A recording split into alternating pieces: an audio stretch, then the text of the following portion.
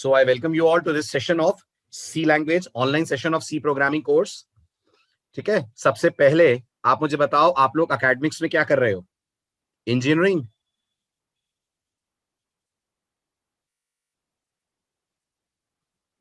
Engineering कर रहे हैं? Very good, fine. कौन सी branch? Computer science. Computer science branch से हैं सभी लोग? Very good. मेजॉरिटी सीएस से है. Fine, very good. ईसी के भी हैं. चलिए, कोई दिक्कत नहीं है, कोई प्रॉब्लम नहीं है. No problem, no problem. ठीक है, तो अब कोर्स स्टार्ट करने से पहले, बैच स्टार्ट करने से पहले मैं सबसे इंपॉर्टेंट क्वेरी, सबसे इंपॉर्टेंट डाउट आपका सॉल्व कर दूं कि हम लोगों को सी लैंग्वेज पढ़ने के लिए कंप्यूटर्स की या प्रोग्रामिंग की कितनी नॉलेज की जरूरत है. तो मैं आपको बता दूं, इस पर्टिकुलर कोर्स को ज्वाइन करने के लिए आपको सिर्फ और सिर्फ कंप्यूटर्स के बेसिक्स की जरूरत है. कंप्यूटर बेसिक्स से मतलब, कंप्यूटर बेसिक्स से मतलब आप कंप्यूटर ऑपरेट करना जानते हो. बस मैं इतना मान के चल रहा हूं. आपको कंप्यूटर ऑन ऑफ करना आता है, लैपटॉप पे काम करना आता है, इंटरनेट सर्फ करना आता है, और प्रोग्रामिंग आपकी बिल्कुल जीरो है.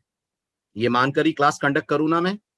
आपने लाइफ में कभी प्रोग्रामिंग नहीं पढ़ी है, आपको कभी नहीं पता प्रोग्रामिंग क्या होती है, प्रोग्रामिंग की आपको एबीसीडी भी नहीं मालूम है, बस आपको प्रोग्रामिंग लैंग्वेजेस के नाम पता है, और आप ये भी जानते हैं कि प्रोग्रामिंग बड़ा फैंसी सा कुछ पार्ट होता है लाइफ में, जिसको करते हैं तो बहुत बढ़िया जॉब मिलती है, गूगल जैसी कंपनीज में जा सकते हैं. ये प्रोग्रामिंग के बेनिफिट्स हैं. बाकी आपने खुद ना आज तक कभी कोई प्रोग्राम बनाया है, ना आपने आज तक कभी कोई कोड लिखा है. राइट? तो मैं ये मानकर ही ये पर्टिकुलर बैच कंडक्ट करूंगा कि आपको प्रोग्रामिंग बिल्कुल नहीं आती. आपसे कोई पूछता है लैंग्वेजेस क्या होती हैं, तो आप जवाब देते हैं हिंदी इंग्लिश, है ना? ये लेवल है आपका प्रोग्रामिंग में. आपसे कोई पूछता है लैंग्वेजेस क्या हैं, तो आप बोलते हो हिंदी इंग्लिश लैंग्वेजेस होती हैं, बाकी तो मुझे कोई लैंग्वेज पता ही नहीं है. तो जिन्हें प्रोग्रामिंग के बेसिक्स पता हो, आपके लिए एडेड एडवांटेज है. लेकिन जिन्हें नहीं पता है प्रोग्रामिंग के बेसिक्स, आपको कोई नुकसान नहीं है, कोई ड्रॉबैक नहीं है. अपन बिल्कुल बेसिक और बिल्कुल बिगनर लेवल से ये पर्टिकुलर कोर्स स्टार्ट करेंगे, क्योंकि बिल्कुल फैक्ट बात है, 99% लोगों की लाइफ की पहली प्रोग्रामिंग लैंग्वेज सी ही होती है. आप जावा पढ़ने आते तो जरूर ये एक्सपेक्टेशंस होती कि आपको सी आती है, बट आप जब सी पढ़ने आते हैं तो हर पढ़ाने वाला ये मानकर चलता है कि आपने कभी कोई कोडिंग नहीं करी, कभी कोई प्रोग्रामिंग नहीं करी, आप लाइफ में पहली बार कोडिंग या प्रोग्रामिंग सीख रहे हैं. ओके, तो मैं ये मानते हुए क्लासेस कंडक्ट करूंगा. Is it clear? ठीक है. अब दूसरी जरूरी बात इस बैच को ज्वाइन करने के लिए, इस बैच में दो बातों का प्लीज स्पेशल ध्यान रखिएगा. नंबर वन, आपके दिमाग में जो भी डाउट्स आए वो जरूर जरूर पूछिएगा. कैसे पूछेंगे? मैंने इस समय आपको म्यूट कर रखा है. मैं जब भी कुछ पढ़ाऊं और आपको लग रहा है कि आपको इस चीज को रिपीट करवाना है या कुछ पूछना है, तो आप मुझे चैट बॉक्स में लिख दीजिएगा, प्लीज अनम्यूट मी. मैं आपको अनम्यूट कर दूंगा, फिर आप मुझसे इंटरेक्ट कर सकते हैं वर्बली. आ रही है बात समझ? है ना? वैसे मैं आप सबको म्यूट रखूंगा ताकि ऑडियो डिस्टर्बेंसेस ना हो. जिसको भी डाउट हो वो मुझे अनम्यूट करने को बोल दे, मैं आपको अनम्यूट कर दूंगा. एंड नंबर 3, आप प्लीज शुरू के 10 लेक्चर में से एक भी लेक्चर मिस मत करिएगा. अगर लाइफ में कभी प्रोग्रामिंग नहीं करी है तो इनिशियल 10 लेक्चर आपका बेस तैयार करेंगे. मेक श्योर इनमें से एक भी लेक्चर आपका मिस ना हो. और अगर मिस हो जाता है तो बैकअप के लिए फैसिलिटीज अवेलेबल हैं. आपको बैकअप का प्रोसेस पता होगा. एक मेल आईडी ड्रॉप करी जाएगी आपके ग्रुप में, वहां पर आप मेल ड्रॉप कर सकते हैं, आपको हम बैकअप अवेलेबल करा देंगे. लेकिन बैकअप की बात बैकअप की होती है, क्लास की बात अलग होती है. सो मेक श्योर आप प्लीज क्लासेस मिस ना करें, खास तौर पे वो स्टूडेंट जिन्होंने कभी प्रोग्रामिंग नहीं पढ़ी है. क्लियर? समझ में आ गया प्री रिक्विजिट्स क्या है? तो बस दो ही प्री रिक्विजिट्स हैं. खूब अच्छे से अपने डाउट्स दूर करिए और रेगुलरिटी मेंटेन करिएगा. इसके अलावा कोई प्री रिक्विजिट इस बैच को ज्वाइन करने का नहीं है. So shall we start the session? Shall we start the session? ठीक है. और आप लोग प्लीज अपने वीडियोस ऑफ रखिए. अगर आप वीडियोस ऑन रखेंगे तो नेटवर्क बैंडविड्थ लो होने के कारण बहुत सारे स्टूडेंट्स को लेक्चर सही तरह से डिलीवर नहीं होगा. तो आपसे रिक्वेस्ट है मेरी, आप अपना वीडियो प्लीज ऑफ रखिएगा. ऑडियो भी ऑफ है आपका. आपको डाउट होगा तो आप बोलिए, मैं आपको अनम्यूट कर दूंगा, आप मेरे से फिर इंटरेक्ट कर सकते हैं. सो स्टार्ट करा जाए सेशन. चलिए तो शुरू करते हैं लेक्चर, शुरू करते हैं discussion regarding this particular programming language that is C. अब इससे पहले कि मैं आपको सी प्रोग्रामिंग लैंग्वेज पढ़ाऊं, कि हम सी के बारे में बातचीत शुरू करें, हम आज सबसे पहला क्वेश्चन का आंसर देने की कोशिश करते हैं। और हमारा सबसे पहला क्वेश्चन है, why should we learn any programming language? बताइए, हम कोई भी XYZ प्रोग्रामिंग लैंग्वेज अपने लाइफ में क्यों सीखें? क्या कारण है कि हम अपने कोड में, अपने कंप्यूटर्स में प्रोग्रामिंग लैंग्वेज सीखते हैं? शमशाद, आपको व्हाइट बोर्ड नहीं दिख रहा है? शमशाद, री लॉग इन करिए, लॉग आउट कर जाइए और दोबारा से लॉग इन करिए। ओके शमशाद, आपको आवाज आ रही है मेरी? लॉग आउट करिए और वापस से लॉग इन करिए, आ जाएगा, व्हाइट बोर्ड दिख जाएगा। हाँ जी, तो बाकी लोग मुझे फटाफट बताएं, क्या पर्पस है कि हम कोई भी प्रोग्रामिंग लैंग्वेज XYZ सीखें?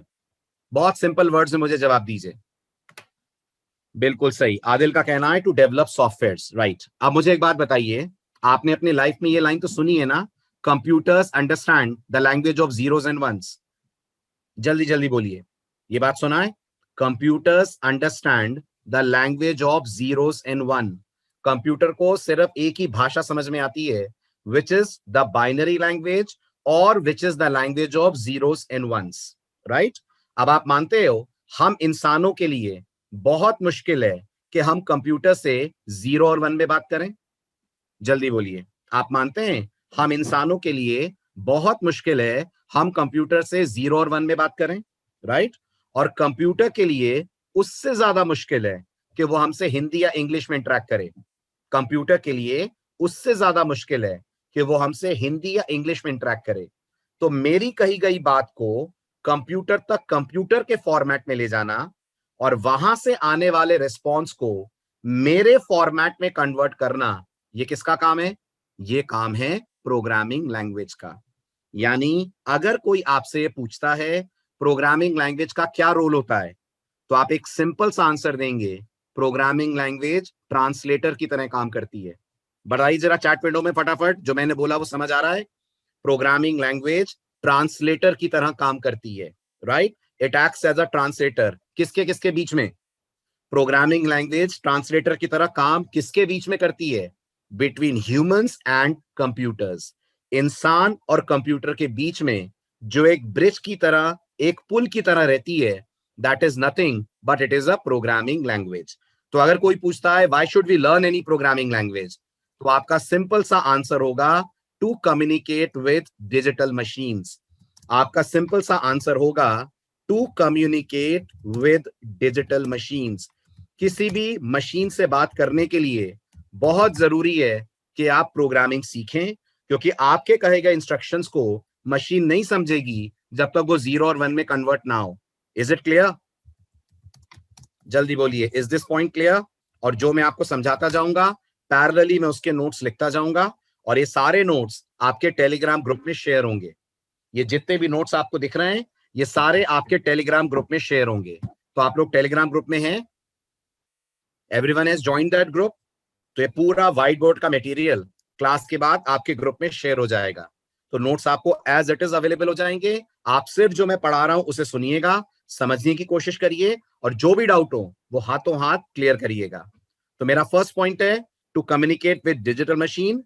This is because computers understand binary language, that is the language of zeros and ones, the language of zeros and ones. So it will be very difficult,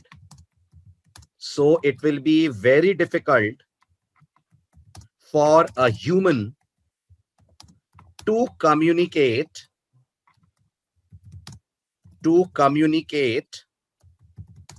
with computers using binary language. किसी भी computer से binary language में communicate करना आपके लिए बहुत मुश्किल होगा। So to simplify this interaction,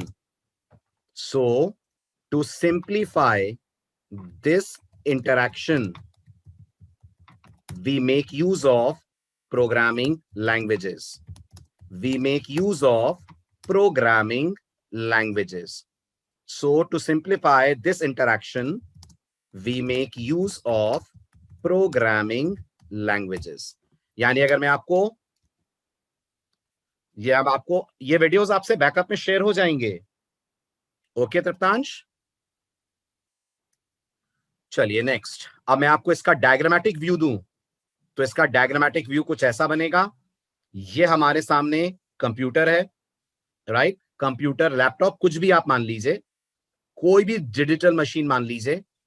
ये हमारे सामने एज अ ह्यूमन हम है या कोई भी दुनिया का इंसान है, और इस ह्यूमन और कंप्यूटर के बीच में अगर कोई इंटरैक्शन करवाएगा, इन दोनों को एक दूसरे की बातें समझाएगा, तो वो और कोई नहीं है, वो है दुनिया की ढेर सारी प्रोग्रामिंग लैंग्वेजेस. इससे मैंने कहा programming languages are nothing but they are translators between humans and computers. बताइए, फर्स्ट पॉइंट क्लियर हुआ? Everyone please respond. First point clear हुआ? Very good. अब आते हैं अपन नेक्स्ट इंपॉर्टेंट क्वेश्चन पे. यहां से आपका लेक्चर टेक्निकली स्टार्ट होता है. ये बताइए, क्या आप जानते हैं दुनिया में कितनी प्रोग्रामिंग लैंग्वेजेस हैं? जल्दी बोलिए. Do you know how many languages are there in the world? How many programming languages are there in the world?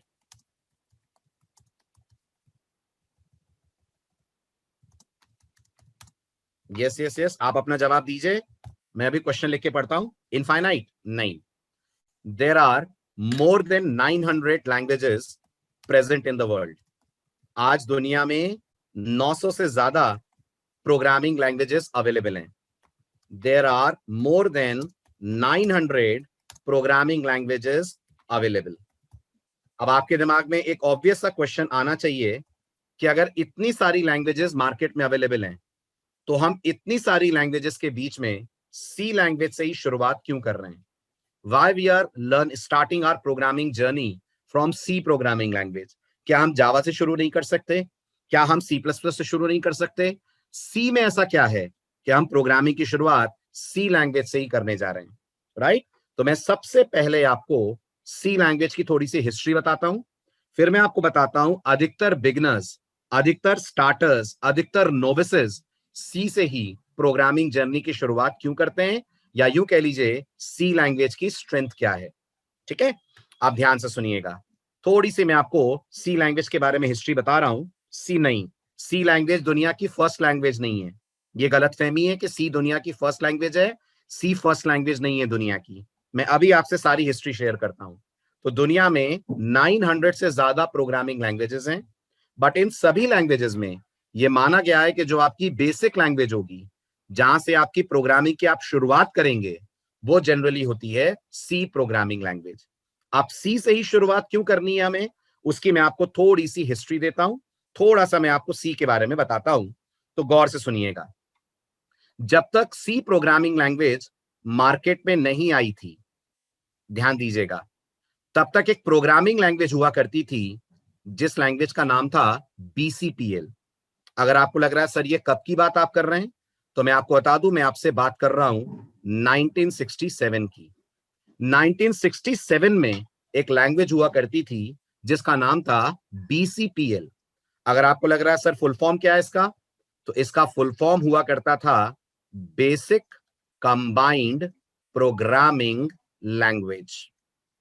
ये इस लैंग्वेज का फुल फॉर्म हुआ करता था. ठीक है, कब बनी थी ये लैंग्वेज, फटाफट बताएं. ये लैंग्वेज कब बनी थी? ये लैंग्वेज बनी थी 1967 में. ओके, इस प्रोग्रामिंग लैंग्वेज को मॉडिफाई करके, सिंप्लीफाई करके एक लैंग्वेज और बनाई गई, और उसे शॉर्ट में नाम दिया गया बी लैंग्वेज. जैसे आज की तारीख में आप मानते हैं फेसबुक को हम FB बुलाते हैं? जल्दी जल्दी बोलिए. फेसबुक को अपन लोग FB का नाम देते हैं. Very good. ऐसे ही नोटिस करिए, शाहरुख खान को SRK बोलते हैं. शाहरुख खान को अपन SRK के नाम से बुलाते हैं. बिल्कुल ऐसे इस BCPL का लाइटर वर्जन बनाया गया, स्ट्रिप डाउन वर्जन बनाया गया, जिसका नाम रखा गया बी प्रोग्रामिंग लैंग्वेज. कब बना था ये वर्जन? ये वर्जन बना था 1969 में. 1969 में इस वर्जन को क्रिएट करा गया. ओके, अब दो लोगों ने, गौर कीजिएगा, दो लोगों ने इस बी नाम की प्रोग्रामिंग लैंग्वेज से मॉडिफिकेशन स्टार्ट करे, इस बी नाम की प्रोग्रामिंग लैंग्वेज को एनहांस करा। एनहांस का मतलब समझते हैं? एनहांस का मतलब समझते हैं? अपग्रेड करा। इसमें नए नए फीचर्स उन्होंने ऐड करे, और जब उन्होंने इस नए नए फीचर्स बी में ऐड करे तो उन्हें एकदम से समझ में नहीं आया कि इस नई लैंग्वेज का वो क्या नाम दें। तो उन्होंने बी लैंग्वेज का नया नाम रख दिया सी प्रोग्रामिंग लैंग्वेज। यानी अगर आपसे कोई कहता है सी लैंग्वेज का नाम सी लैंग्वेज कैसे पड़ा, इसको सी लैंग्वेज क्यों बुलाते हैं, तो बड़ा सिंपल सा आंसर है इसका।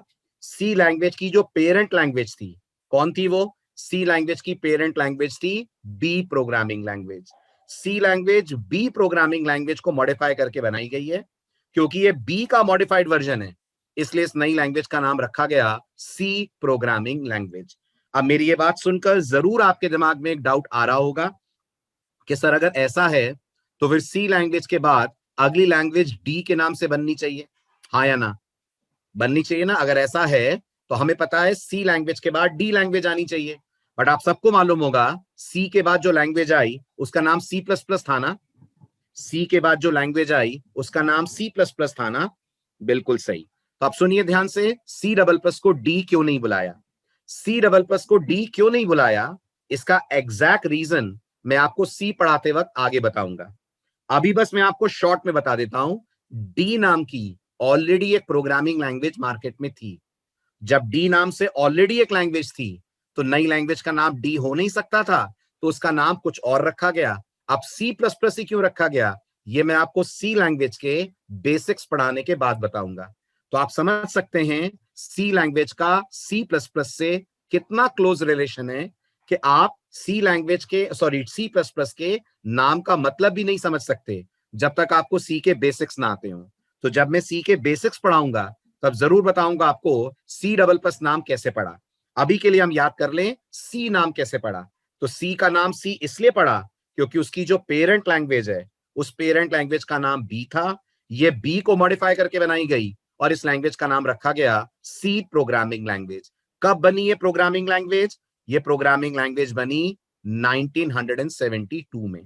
1972 वो साल था जब सी लैंग्वेज को मार्केट में मेरे और आपके जैसे डेवलपर्स के लिए लॉन्च करा गया था।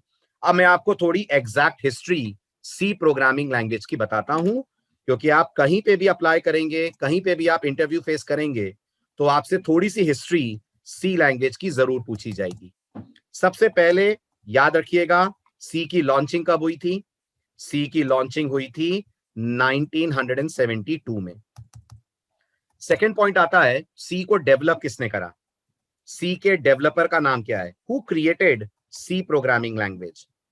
तो याद रखिएगा सी को डेवलप करने का क्रेडिट, मेजर क्रेडिट जिनको जाता है उनका तो नाम है मिस्टर डेनिस रिची। इन्हें कहा जाता है father of C programming language.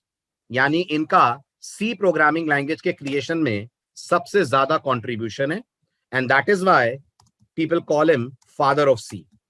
Okay, लेकिन मिस्टर डेनिस रिची को समय समय पर उनके एक फ्रेंड ने सपोर्ट करा था।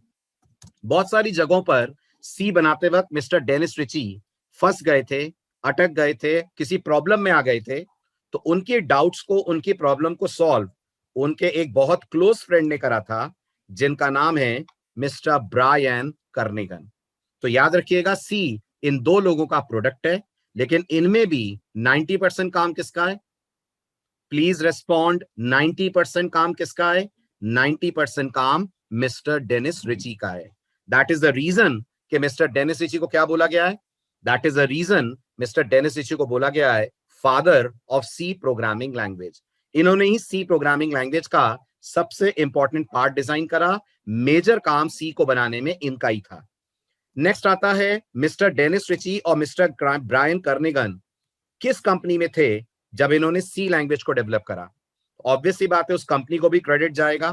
तो इन लोगों ने सी लैंग्वेज को डेवलप करा था AT&T नाम की कंपनी में रहते हुए। अगर आप जानते हो तो AT&T अमेरिका में टेलीकम्युनिकेशन कंपनी है। जैसे इंडिया में जियो जानते हैं, जान पूछने की जरूरत ही नहीं है, सभी लोग जानते होंगे। जियो, एयरटेल, ये सब टेलीकॉम कंपनीज हैं। ऐसे अमेरिका की बहुत बड़ी टेलीकॉम कंपनी है AT&T। तो मिस्टर डेनिस रिची और mister Brian Kernighan AT&T company में जॉब करते थे और वहां रहते हुए इन्होंने सी लैंग्वेज को डेवलप करा। अगर सी की बर्थ प्लेस का नाम लिया जाए, यानी सी डेवलप कहां हुई, AT&T के कौन से ऑफिस में हुई, तो याद रखिएगा सी की बर्थ प्लेस का नाम था बेल लैब्स। बेल लैब्स कहां पर सिचुएटेड है? बेल लैब्स सिचुएटेड है यूनाइटेड स्टेट्स ऑफ अमेरिका में, राइट। और गेस करिए बेल लैब्स का नाम बेल लैब्स क्यों दिया गया? गेस करिए बेल लैब्स का नाम बेल लैब्स क्यों दिया गया? तो थोड़ा सा याद करिए अपने स्कूल डेज। ग्राहम बेल का नाम सुना है आपने? मैं बता रहा हूं, ग्राहम बेल का नाम सुना है? सुना है। क्या करा था ग्राहम बेल ने? ग्राहम बेल का नाम किस लिए लिया जाता है? जल्दी जल्दी बोलिए, ग्राहम बेल कौन थे?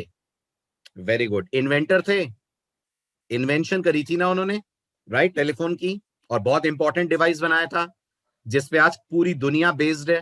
बिल्कुल ऐसे अपनी लेबोरेटरी का नाम AT&T ने बेल लैब्स दिया क्योंकि यहां इन्होंने बहुत पावरफुल प्रोग्रामिंग लैंग्वेजेस डिजाइन करी हैं। दो लैंग्वेजेस आप भी पढ़ेंगे, सी भी और C++ भी। याद रखिएगा C++ बेल लैब्स में ही बनी है। C++ को भी AT&T के डेवलपर्स ने बनाया था। बस बदला क्या है? C++ के डेवलपर का नाम और C++ की लॉन्चिंग। C++ के डेवलपर का नाम और लॉन्चिंग बदल गई, लेकिन कंपनी सेम है और प्लेस ऑफ डेवलपमेंट भी C++ का सेम है। तो C++ और C दोनों एक ही जगह डेवलप हुई हैं। क्या कहते हैं? C++ और C दोनों एक ही जगह डेवलप हुई हैं। Yes, both the languages were developed at the same laboratory which is called Bell Labs, which is situated in United States of America. इससे ज्यादा हिस्ट्री आपसे कोई सी लैंग्वेज की नहीं पूछेगा, राइट। और अगर मैं एक लाइन और लिख दूं, सी का नाम इंस्पायर्ड किससे है?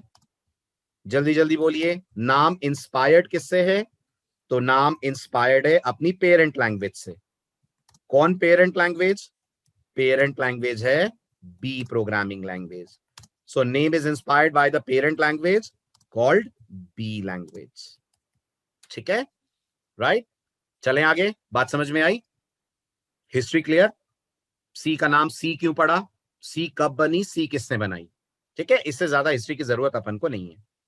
अब आते हैं सबसे इंपॉर्टेंट पार्ट पे आज के लेक्चर के। ये बताइए सी लैंग्वेज को बने में कितना समय बीत गया है? जल्दी बताइए, थोड़ी सी मैथ्स कीजिए और बताइए सी कितने साल की है? How many years old is C programming language? 48 years. अगर आप 1972 से कैलकुलेट करें तो इस समय 2020 चल रहा है ना, तो सी की उम्र 48 ईयर्स की है ना, राइट। 48 ईयर्स से सी लैंग्वेज दुनिया की टॉप 5 लैंग्वेजेस में है। एक बार फिर बताइए दुनिया में कितनी लैंग्वेजेस हैं? एक बार फिर बताइए दुनिया में कितनी लैंग्वेजेस हैं? 900। इन 900 लैंग्वेजेस में सी की जो रैंकिंग है वो टॉप 5 लैंग्वेजेस में गिनी जाती है। सी की जो रैंकिंग है वो टॉप 5 लैंग्वेजेस में गिनी जाती है। और मैं आपके नोटिस में ला रहा हूं एक बात, 2016 तक ये दुनिया की नंबर 1 लैंग्वेज थी। 2016 तक ये दुनिया की नंबर 1 लैंग्वेज थी। 2016 में इसको नंबर 2 होना पड़ा, नंबर 1 स्लॉट पे जावा आ गई। 2016 में नंबर 1 स्लॉट पे जावा आ गई। और आज नंबर 1 स्लॉट के लिए कंपटीशन किसके किसके बीच में चल रहा है? आपने सुना होगा, आज नंबर 1 स्लॉट का कंपटीशन चल रहा है बिटवीन जावा एंड पाइथन। इन दोनों के बीच में कंपटीशन चल रहा है। सी डेफिनेटली नंबर 1 नहीं है, लेकिन वो अभी भी गौर कीजिए टॉप 5 लैंग्वेजेस को बिलोंग करती है। तो अब आपके लिए जानना बहुत बहुत जरूरी है सी पढ़ने से पहले, why C is so popular. Why C is so popular. या इसी क्वेश्चन का दूसरा फॉर्मेट आपसे पूछता हूं मैं, what is the strength of C programming language? 48 साल से सी मार्केट में जमी हुई कैसे है? ऐसा क्यों नहीं हुआ कि सी लैंग्वेज मार्केट से आउटडेटेड हो गई? ऐसा क्यों हुआ कि आज भी सी लैंग्वेज मार्केट में उतनी ही पॉपुलर है जितनी 1972 में थी? ठीक है, Java and Python, very good very good, बिल्कुल सही Triptansh, most used languages today, definitely. तो अब हम बात करते हैं सी लैंग्वेज की स्ट्रेंथ क्या है और सी लैंग्वेज मार्केट में इतनी पॉपुलर कैसे है। ठीक है, चलिए अब एक बार फिर बताइए सी कब बनी थी? एवरीवन प्लीज रेस्पॉन्ड, सी कब बनी थी? सी बनी थी 1972 में। ठीक है, अब इससे पहले कि मैं आपको सी की स्ट्रेंथ बताऊं, मैं आपसे कंप्यूटर प्रोग्रामिंग का एक बहुत बेसिक सा सवाल पूछता हूं, है ना। मैं आपसे कंप्यूटर्स का एक बहुत बेसिक सा सवाल कर रहा हूं, सुनिएगा ध्यान से। मुझे बताइए, जब आप सब अपने स्कूल डेज में रहे होंगे तब आपने सुना होगा ना कि कंप्यूटर के नॉर्मली दो पार्ट्स होते हैं। जल्दी बोलिए, सुना है? कंप्यूटर नॉर्मली दो पार्ट्स में डिवाइडेड होता है। एक को कहते हैं अपन हार्डवेयर और एक को अपन कहते हैं सॉफ्टवेयर। इतना तो सभी ने सुना होगा अपने स्कूल डेज में। One is called as hardware and one is called as software. Very good. मुझे बताइए, हार्डवेयर का मतलब क्या है? क्या मैं बोल सकता हूं हार्डवेयर मतलब कंप्यूटर से जो डिवाइसेस कनेक्टेड हैं वो हैं, जैसे कीबोर्ड, माउस, मॉनिटर, ये सब हार्डवेयर हैं। कैन आई से दिस? Very good. और सॉफ्टवेयर का मतलब वो प्रोग्राम्स हैं जो आपके कंप्यूटर के अंदर रन होते हैं, वो इंस्ट्रक्शंस हैं जो आपके कंप्यूटर में रन होते हैं। आप मानते हैं हार्डवेयर अपने दम पे कुछ नहीं कर सकता जब तक उसे सॉफ्टवेयर ऑपरेट ना करे? आप मानते हैं हार्डवेयर अपने दम पे कुछ नहीं कर सकता जब तक उसे सॉफ्टवेयर ऑपरेट ना करे? जैसे इस समय आपको मेरी फोटो दिख रही है, इस समय आपको कैमरा पे मेरी फोटो दिख रही है, लेकिन मेरी फोटो सिर्फ कैमरा से नहीं आ रही है। मेरी फोटो को कैप्चर करने के लिए, इस कैमरा को ऑपरेट करने के लिए एक सॉफ्टवेयर काम कर रहा होगा। मेरी फोटो को कैप्चर करने के लिए, इस कैमरा को हैंडल करने के लिए एक सॉफ्टवेयर काम कर रहा होगा। Very good.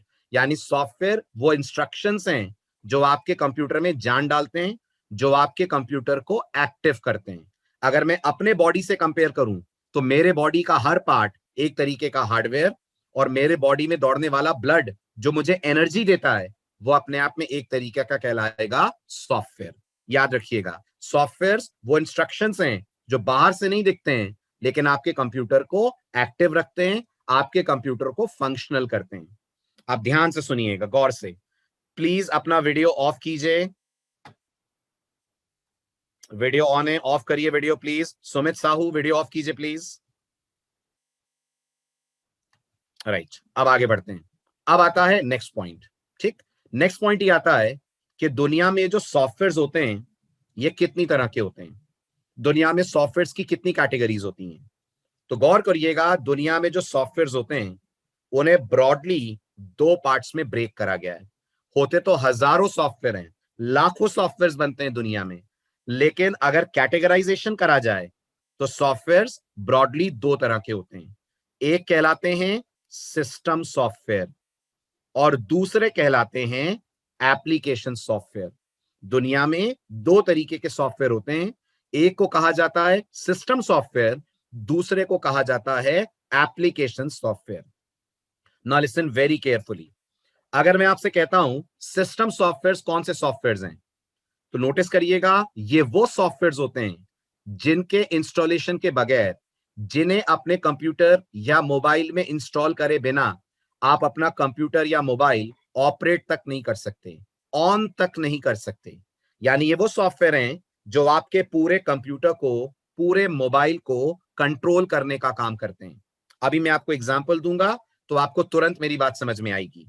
सेकंड आते हैं एप्लीकेशन सॉफ्टवेयर। एप्लीकेशन सॉफ्टवेयर वो सॉफ्टवेयर होते हैं जिनकी प्रेजेंस आपके मोबाइल या कंप्यूटर के चलने के लिए जरूरी नहीं है, लेकिन अगर आप इन्हें अपने कंप्यूटर में इंस्टॉल करते हैं तो आपके कंप्यूटर या मोबाइल या लैपटॉप से आप एडिशनल काम करा सकते हैं, आप एडिशनल एक्टिविटी करा सकते हैं। इनके बिना भी आप अपने कंप्यूटर या मोबाइल को यूज कर सकते हैं, लेकिन ये आपके मोबाइल या कंप्यूटर की फंक्शनैलिटी को एनहांस कर देंगे। तो आप मुझे बताइए, अगर आज मैं एक मोबाइल परचेज करता हूं तो मैं उस मोबाइल को ऑपरेट कर सकूं, इसके लिए उसमें व्हाट्सएप का होना जरूरी है? जल्दी बोलिए, नहीं है ना। बिना व्हाट्सएप के भी मोबाइल ऑपरेट हो जाएगा। Very good. लेकिन अगर मैं व्हाट्सएप डलवा लूंगा तो मैं मोबाइल से चैटिंग कर पाऊंगा? हाँ, मैं मोबाइल से चैटिंग कर पाऊंगा। मैं मोबाइल से वीडियो कॉलिंग कर पाऊंगा? हाँ, कर पाऊंगा। तो मेरे मोबाइल की फंक्शनैलिटी व्हाट्सएप एनहांस कर देगा, लेकिन व्हाट्सएप मेरे मोबाइल के लिए जरूरी नहीं है। बिना उसके भी मैं मोबाइल ऑपरेट कर सकता हूं। ऐसे ही मुझे बताइए, अगर मैं एक्सप्लेन अगेन करूं, बिल्कुल कर रहा हूं, 2 मिनट। मैंने बोला सहस को डाउट है। मैंने बोला सहस, एप्लीकेशन सॉफ्टवेयर वो सॉफ्टवेयर होते हैं जिनके इंस्टॉलेशन के बगैर भी आप अपने डिवाइस को ऑपरेट कर सकते हैं। तो सहस आप मुझे बताइए मोबाइल का मेन काम क्या होता है? जल्दी जल्दी बताइए, मोबाइल का मेन काम क्या है? कॉल करना है ना? मोबाइल का मेन काम कॉलिंग है ना? आप बताओ क्या व्हाट्सएप के बिना हम कॉल कर सकते हैं? बगैर व्हाट्सएप के हम मोबाइल से कॉलिंग कर सकते हैं? हाँ कर सकते हैं। तो व्हाट्सएप अपने आप में एप्लीकेशन सॉफ्टवेयर हुआ, राइट? व्हाट्सएप मोबाइल को ऑपरेट नहीं करता, व्हाट्सएप मोबाइल को कंट्रोल नहीं करता, वो आपके मोबाइल की सिर्फ फंक्शनैलिटी को बढ़ाने का काम करता है। ऐसे ही मुझे बताइए, हम अपने लैपटॉप पे मूवीज देखते हैं? जल्दी बोलिए, हम अपने लैपटॉप पे मूवीज देख सकते हैं? राइट। मूवी देखने के लिए जो भी हम मीडिया प्लेयर यूज करते हैं, जो भी हम मीडिया प्लेयर यूज करते हैं, चाहे वीएलसी यूज करें, सोनिक यूज करें, कुछ भी करें, क्या उसके बिना हम अपने लैपटॉप को ऑपरेट कर सकते हैं? हम लैपटॉप पे काम कर सकते हैं बिना मूवी प्लेयर के? यस। तो मूवी प्लेयर हुआ, व्हाट्सएप हुआ, ये सारे के सारे अपने आप में हुए एप्लीकेशन सॉफ्टवेयर। सहज डाउट दूर हुआ आपका?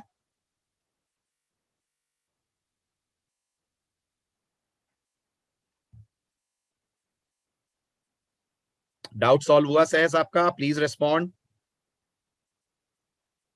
Very good. तो ये सारे के सारे हैं अपने आप में एप्लीकेशन सॉफ्टवेयर। ऐसे ही मुझे बताइए, आप इस समय ये ऑनलाइन लेक्चर कौन से सॉफ्टवेयर के थ्रू अटेंड कर रहे हैं?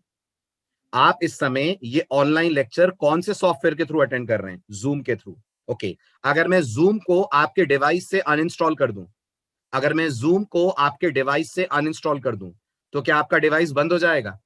आप अपने डिवाइस को यूज नहीं कर पाएंगे? कर पाएंगे।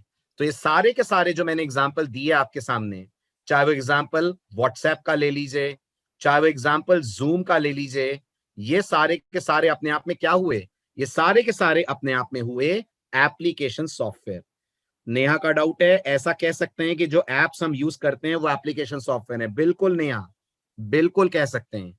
जो एप्स हम यूज करते हैं वो सब के सब एप्लीकेशन सॉफ्टवेयर हैं।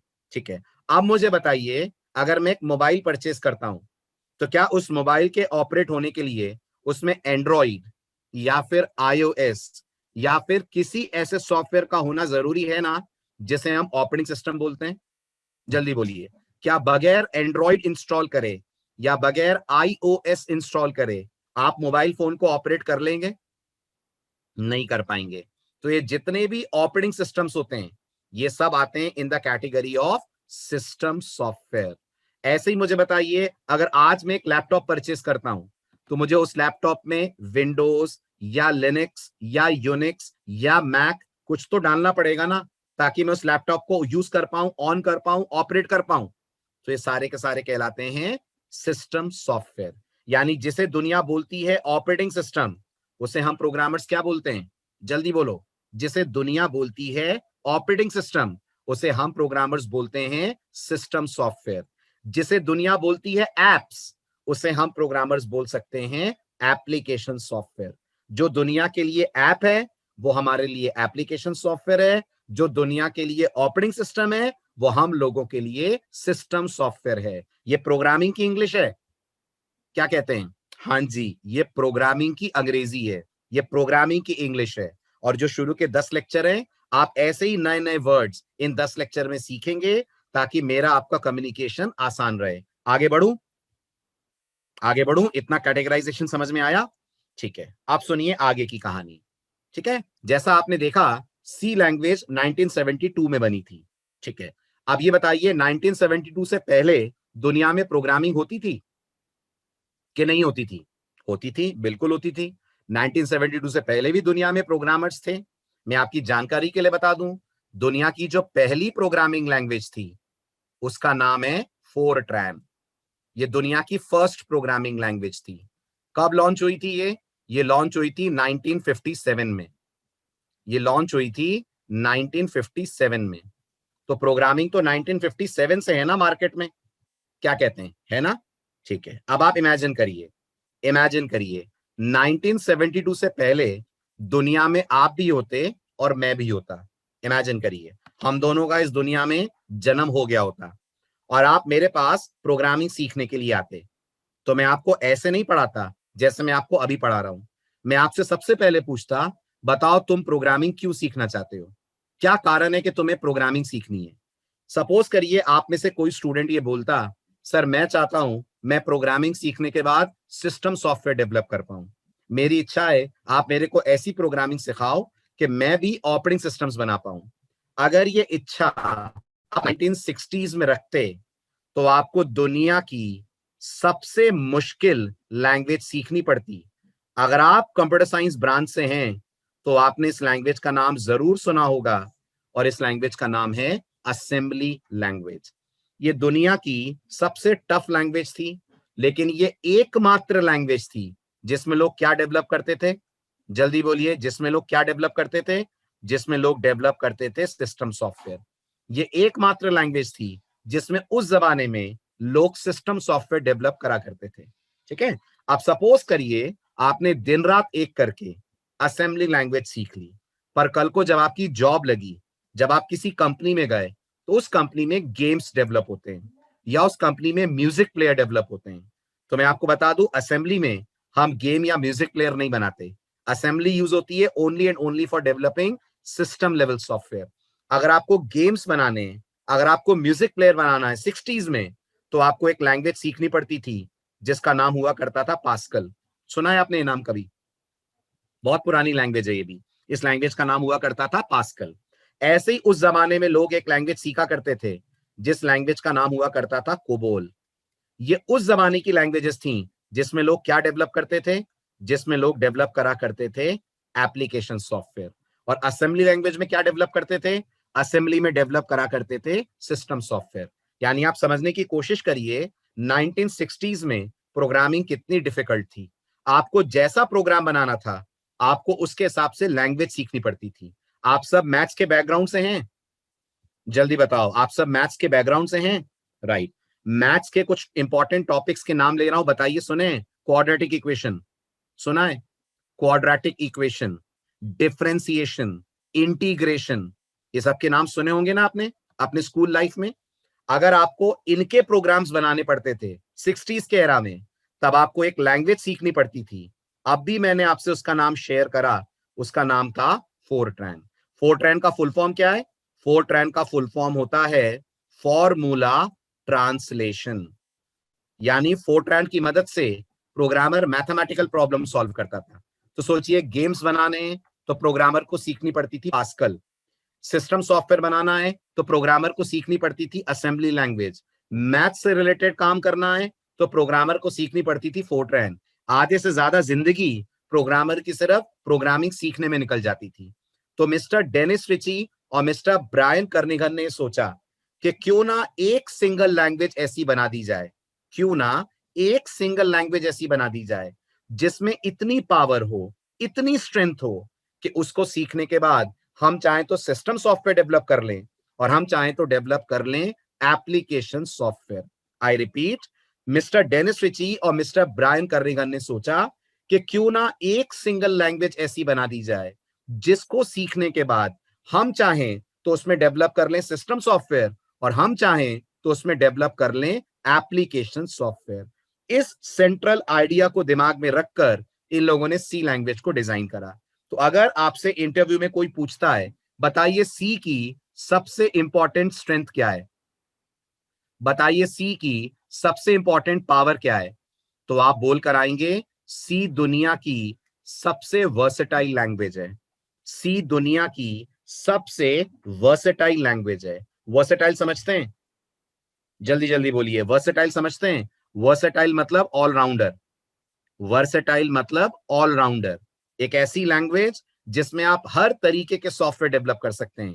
यानी सी अकेली ऐसी लैंग्वेज है, गौर से सुनना, सी अकेली ऐसी लैंग्वेज है जिसमें हम डेवलप कर सकते हैं सिस्टम सॉफ्टवेयर और इसी में हम लोग डेवलप कर सकते हैं एप्लीकेशन सॉफ्टवेयर।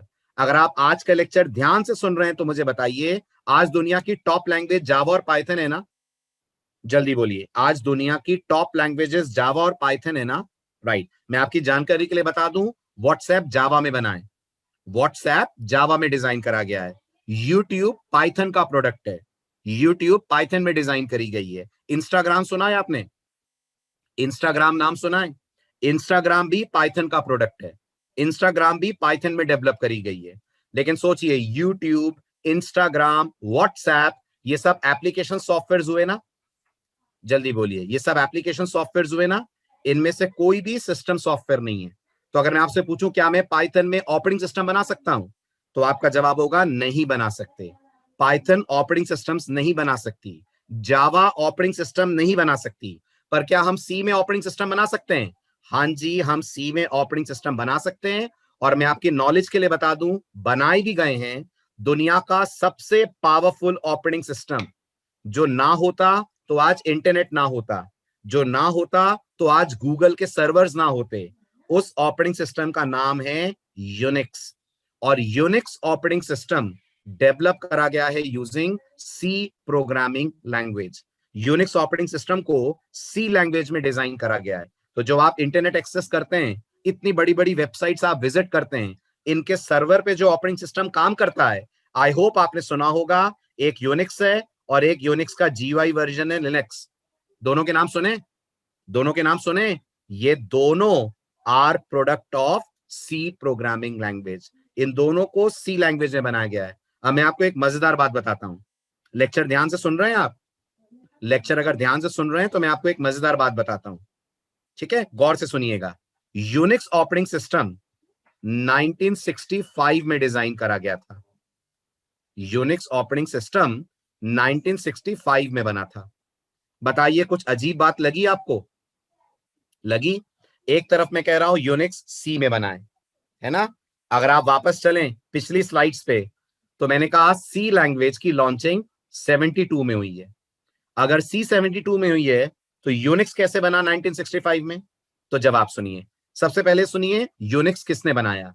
यूनिक्स जिन्होंने बनाया उनका नाम है मिस्टर केन थॉमसन। यूनिक्स जिन्होंने बनाया उनका नाम है मिस्टर केन थॉमसन। इन्होंने यूनिक्स ऑपरेटिंग सिस्टम को डिजाइन करा था। ओके, जब इन्होंने यूनिक्स बनाया था तो गेस करिए कौन सी लैंग्वेज में बनाया होगा? गेस करिए, आज ही के लेक्चर में जवाब छुपा है। इन्होंने जब यूनिक्स बनाया, नहीं, बी में नहीं, इन्होंने बनाया था असेंबली में। इन्होंने यूनिक्स बनाया था असेंबली में। मैंने आपसे कहा था ना, असेंबली ही एक लैंग्वेज थी जिसमें लोग ऑपरेटिंग सिस्टम बनाया करते थे। तो इन्होंने यूनिक्स को असेंबली में बनाया। लेकिन जब मिस्टर रिची ने सी लैंग्वेज को डिजाइन करा, तो मिस्टर केन थॉमसन इतने इंप्रेस हुए सी लैंग्वेज की पावर से कि इन्होंने यूनिक्स को रीडिजाइन करा। अच्छे खासे चलते हुए ऑपरेटिंग सिस्टम को रीडिजाइन करा, और तब से लेकर आज तक मार्केट में जो आपको यूनिक्स मिल रहा है, जो लिनक्स मिल रहा है, वो प्रोडक्ट है सी प्रोग्रामिंग लैंग्वेज का। इनफैक्ट शायद आप नहीं जानते होंगे, आपके पास अगर एंड्रॉइड फोन है तो आपको पता है एंड्रॉइड फोन के अंदर भी लिनक्स का कर्नल है। ये बात सुनी है आपने? आपके मोबाइल फोन में लिनक्स का कर्नल डला हुआ है।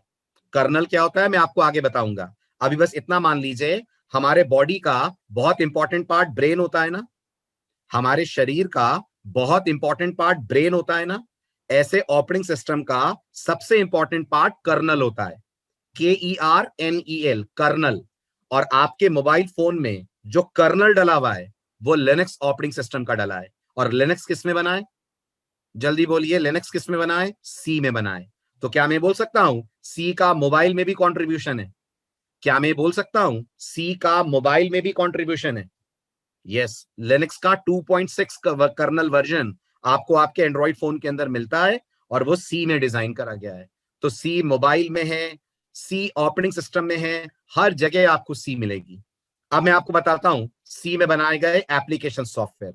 एक बार फिर बताइए, जावा का नाम सुना है? जल्दी बोलिए, जावा का नाम सुना है? सुना है। मेरे बैच में आने से पहले ही पता था ना आपको जावा? इस बैच में आने से पहले ही आपने जावा का नाम तो सुना ही होगा कभी ना कभी, अपने स्कूल लाइफ में, अपने कॉलेज लाइफ में। ओके, आपने पाइथन का नाम सुना है? सुना है। आपने PHP का नाम सुना है? PHP जिसमें फेसबुक बनाई गई है, सुना है आपने? राइट। मुझे बताइए, ये तीनों की तीनों जो मैंने आपके सामने लिखी हैं, ये प्रोग्रामिंग लैंग्वेजेस हैं? जल्दी बोलिए, ये प्रोग्रामिंग लैंग्वेजेस हैं? हाँ, ये प्रोग्रामिंग लैंग्वेजेस हैं, राइट। क्या इनको कंप्यूटर में इंस्टॉल करना पड़ेगा अगर मुझे कंप्यूटर यूज करना है तो? जल्दी बोलिए, क्या इन्हें अपने कंप्यूटर में डालना पड़ेगा अगर मुझे कंप्यूटर यूज करना है तो? बिना जावा के मेरा लैपटॉप नहीं चलेगा क्या? चल जाएगा। इसका मतलब आप मानते हैं ये सारे के सारे एप्लीकेशन सॉफ्टवेयर हैं, ये सारे के सारे एप्लीकेशन सॉफ्टवेयर आप मानते हैं। और मैं आपकी जानकारी के लिए बता दूं, जावा, पाइथन, पीएचपी, इन तीनों लैंग्वेजेस को डेवलप कौन सी लैंग्वेज में करा गया है? इन तीनों लैंग्वेजेस को डेवलप करा गया है सी लैंग्वेज में। मैं आपको इनकी डेट्स भी बता देता हूं। जावा बनी थी 1996 में। कौन सी लैंग्वेज में बनी है जावा? ऑब्वियस सी बात है, सी लैंग्वेज में बनी है जावा। पाइथन बनी थी 1991 में। पाइथन कौन सी लैंग्वेज में बनी है? वो भी सी लैंग्वेज में बनी है। पीएचपी कौन सी लैंग्वेज में डिजाइन करी गई है? वो भी सी लैंग्वेज में डिजाइन करी गई है और वो बनी है 1997 में। राइट? ये तमाम लैंग्वेजेस जो आज दुनिया की टॉप लैंग्वेजेस मानी गई हैं, इनकी मदर लैंग्वेज कौन है? इनकी मदर लैंग्वेज कौन है? नहीं अहमद, आप डायरेक्ट जावा पे नहीं जा सकते बिना प्रोग्रामिंग के बेसिक्स पढ़े। जब तक आप सीसी प्लस प्लस के बेसिक्स ना पढ़ लें, मैं रिकमेंड नहीं करूंगा कि आप जावा पे जाएं, क्योंकि आप फिर जावा को एप्रिशिएट नहीं कर पाएंगे। वहां चीजें उतनी बेटर नहीं समझ में आएंगी जितनी आपको सी पढ़ने के बाद समझ आएंगी। राइट? तो अब वापस आता हूं अपने पॉइंट पे। आप मुझे बताइए, इन सब की पेरेंट लैंग्वेज सी है, तो क्या मैं ये कह सकता हूं सी इन सब की मदर लैंग्वेज है? डेफिनेटली सी इन सब की मदर लैंग्वेज है। इसलिए नोटिस करिए, जितने भी लोग प्रोग्रामिंग में अपनी शुरुआत करते हैं, अधिकतर लोगों को यह एडवाइस मिलती है कि वो प्रोग्रामिंग की शुरुआत सी प्रोग्रामिंग लैंग्वेज से करें। Very good. सी किस लैंग्वेज में बनी थी? Very good question. C language उस जमाने में बनी थी असेंबली लैंग्वेज में, और उसके बाद सी का कंपाइलर खुद सी में डिजाइन करा गया। सी लैंग्वेज का कंपाइलर खुद सी लैंग्वेज में डिजाइन करा गया है। राइट? याद रखिएगा, सी दुनिया की एकमात्र लैंग्वेज है जो खुद ही में डिजाइन करी गई थी अपने फर्स्ट वर्जन के बाद। चलो आगे। तो सी की स्ट्रेंथ समझ में आई सबको? सी को क्यों वर्सेटाइल बोलते हैं? सी आज दुनिया की वर्सेटिलिटी में नंबर 1 लैंग्वेज है। आप इसी में डेवलप कर सकते हैं ऑपरेटिंग सिस्टम, आप इसी में डेवलप कर सकते हैं application level software. Is this clear? Very good. बढ़े आगे। चलिए, तो ये तो हो गई बात सी लैंग्वेज की स्ट्रेंथ के बारे में। अब हम बात करते हैं थोड़ी सी प्रोग्रामिंग से रिलेटेड। अब हम बात करते हैं थोड़ी सी रिलेटेड टू प्रोग्रामिंग, और वो ये कि जब आप प्रोग्रामिंग करते हैं, इस समय आप कंप्यूटर यूजर हैं और आप बनना क्या चाहते हैं? जल्दी बोलिए। आप बनना चाहते हैं प्रोग्रामर। हैं आप इस समय कंप्यूटर यूजर। तो एक यूजर से प्रोग्रामर बनते हैं तो किन किन फेज से आपको गुजरना होता है वो मैं आपको बता रहा हूं। तो अब हम पढ़ने जा रहे हैं steps required for developing a program. Right? कोई भी लैंग्वेज ले लें आप, Java, Python, C, C plus plus, ये स्टेप्स जो मैं आपको बताने जा रहा हूं बिल्कुल सेम है। ठीक है? जब भी आप प्रोग्रामिंग के बारे में सोचते हैं, आपका सब आईओएस भी सी में बना है। तृप्तांश, आईओएस बना है मैक ओएस एक्स पे, और मैक ओएस एक्स का इंटरनल कर्नल वो भी सी में लिखा गया है। ओके, चलिए आगे बढ़ते हैं। तो गौर से सुनिए, steps required for developing a program. एक बार फिर बताइए, कंप्यूटर को 0 और 1 के अलावा कुछ समझ आता है? नहीं आता है। राइट? तो आप अगर प्रोग्रामिंग करना चाहते हैं और मैं आपसे पूछूं बताइए प्रोग्रामिंग में हमारा पहला स्टेप क्या होगा, तो आप मुझे बोलेंगे सर हमारा पहला स्टेप होगा दुनिया में जितनी भी प्रोग्रामिंग लैंग्वेजेस हैं उनमें से कोई एक लैंग्वेज लें और उस लैंग्वेज को सीख कर उसमें हम अपना प्रोग्राम डेवलप करें। दुनिया में जितनी भी लैंग्वेजेस हैं उनमें से कोई एक लैंग्वेज हम सीखें और उसको सीख कर उसमें अपना प्रोग्राम डेवलप करें। अब मैंने आपसे कहा था इस पर्टिकुलर बैच में मैं आपको कुछ टेक्निकल वर्ड सिखाऊंगा। आपने भी 15 मिनट पहले सुना ऑपरेटिंग सिस्टम का दूसरा नाम क्या है? अभी 15 मिनट पहले आपने सुना ऑपरेटिंग सिस्टम का दूसरा नाम, वेरी गुड, सिस्टम सॉफ्टवेयर है। बिल्कुल ऐसे याद रखिएगा, जब आप कोई प्रोग्राम डेवलप करते हैं और कोई बोलता है प्रोग्राम को प्रोग्राम ही बुलाते हैं या प्रोग्राम का कोई दूसरा नाम भी होता है, तो गौर से सुनिए प्रोग्राम का टेक्निकल नाम क्या होता है।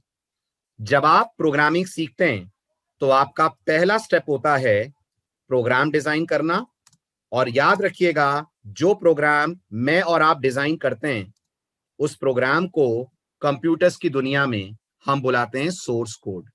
उस प्रोग्राम को कंप्यूटर्स की दुनिया में हम बुलाते हैं सोर्स कोड। यानी अगर मैं आपसे पूछूं फेसबुक किसने बनाई है, अगर मैं आपसे पूछूं फेसबुक किसने बनाई है, तो आप मुझे बोलेंगे मार्क जकरबर्ग। आप मुझे बोलेंगे मार्क जकरबर्ग। मैं इसी सवाल को आपसे दूसरे एंगल से पूछता हूं और मैं आपसे पूछता हूं फेसबुक का सोर्स कोड किसने लिखा है? फेसबुक का सोर्स कोड किसने लिखा है? जवाब सेम है। आप मुझे अभी भी बोलेंगे मार्क जकरबर्ग। तो याद रखिएगा, जब कोई डेवलपर कोई प्रोग्राम बनाता है तो जो वो लिखता है उसे प्रोग्राम तो बोलते ही हैं, प्रोग्राम के साथ साथ उसे बोलते हैं सोर्स कोड।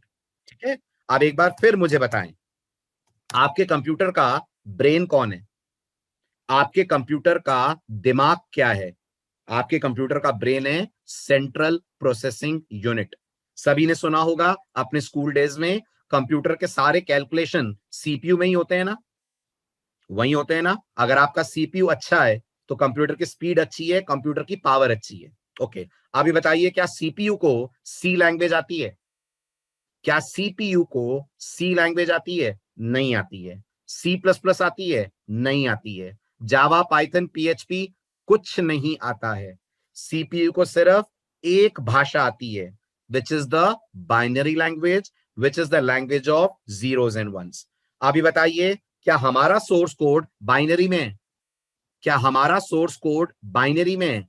नहीं, हमारा सोर्स कोड तो सी प्रोग्रामिंग लैंग्वेज में है। हमने तो उसे सी में लिखा है। तो जब तक ये बाइनरी में कन्वर्ट नहीं होगा, क्या सीपीयू को ये कोड समझ आएगा? जब तक ये बाइनरी में कन्वर्ट नहीं होगा, क्या सीपीयू को ये समझ में आएगा? कभी नहीं आएगा, हरगिज नहीं आएगा।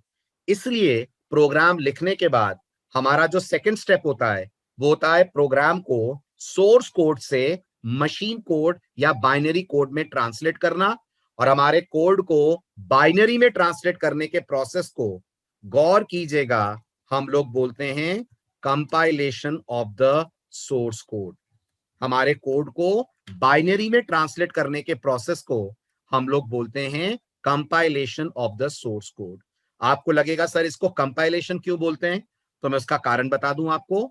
मैंने आपसे कहा प्रोग्रामिंग लैंग्वेजेस ट्रांसलेटर्स होती हैं, लेकिन असलियत यह है प्रोग्रामिंग लैंग्वेज ट्रांसलेट नहीं करती। प्रोग्रामिंग लैंग्वेज का एक पार्ट है जो ये ट्रांसलेशन करने का काम करता है। और क्या कहलाता है ये पार्ट? ये पार्ट अपने आप में कहलाता है कंपाइलर। मैं फिर दोहराता हूं, मैंने आपसे लेक्चर की शुरुआत में कहा प्रोग्रामिंग लैंग्वेजेस ट्रांसलेटर्स होती हैं। हकीकत यह है प्रोग्रामिंग लैंग्वेजेस ट्रांसलेट नहीं करती, उनका एक पार्ट ट्रांसलेट करता है और उस पार्ट को हम लोग बोलते हैं कंपाइलर।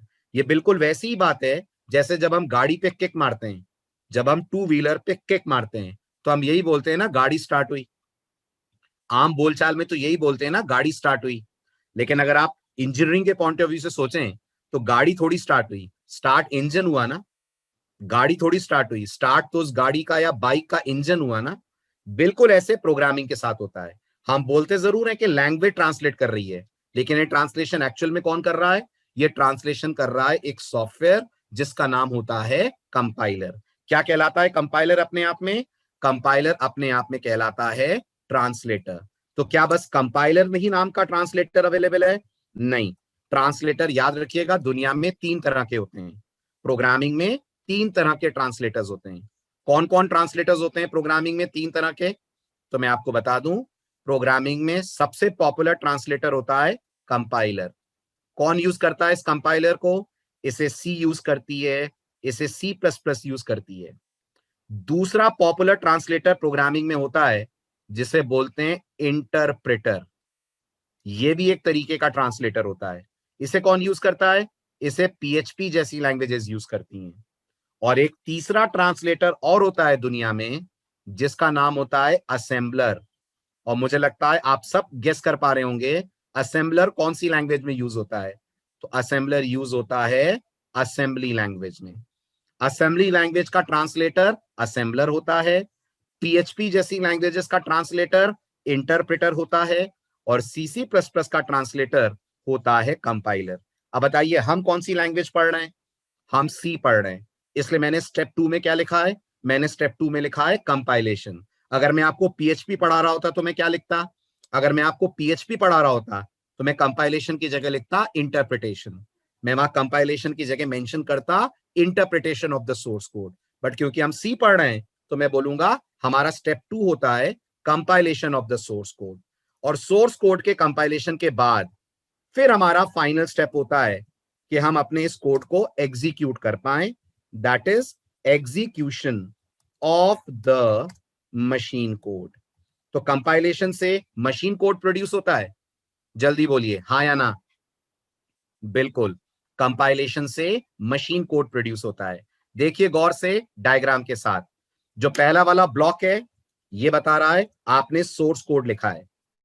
ये सोर्स कोड सबसे पहले जाता है towards a software and that software is basically called as compiler. आपका सोर्स कोड ट्रांसफर होता है to a software whose name is compiler. Compiler क्या करता है?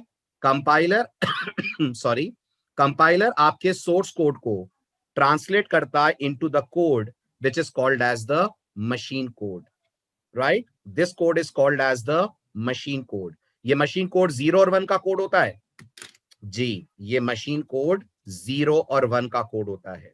इसी को आप लोग बोल सकते हैं बाइनरी कोड। और अल्टीमेटली ये मशीन कोड किसके पास जाता है? अल्टीमेटली ये मशीन कोड जाता है उसके पास जिसे इसको रन करना है। किसको इसको रन करना है? इसको रन करना है दो चीजों को। कौन दो चीजें मिलकर आपके कोड को रन करती हैं? एक होता है आपके कंप्यूटर का ऑपरेटिंग सिस्टम और एक होता है आपके कंप्यूटर का central processing unit.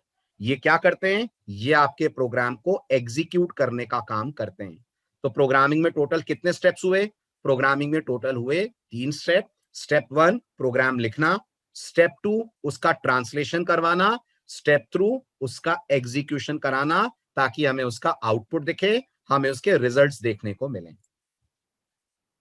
Very good. जावा के अंदर केतन कंपाइलर और इंटरप्रेटर दोनों हैं। पाइथन के अंदर भी कंपाइलर और इंटरप्रेटर दोनों हैं। ये दोनों लैंग्वेजेस दो ट्रांसलेटर्स यूज करती हैं, कंपाइलर भी और इंटरप्रेटर भी। Okay, clear? अब ये दो क्यों यूज करती हैं वो हम लोग आगे डिस्कस करेंगे। ठीक है, आया समझ में पूरे स्टेप्स? पॉइंट क्लियर हुआ? चलिए, वेरी गुड। ठीक है,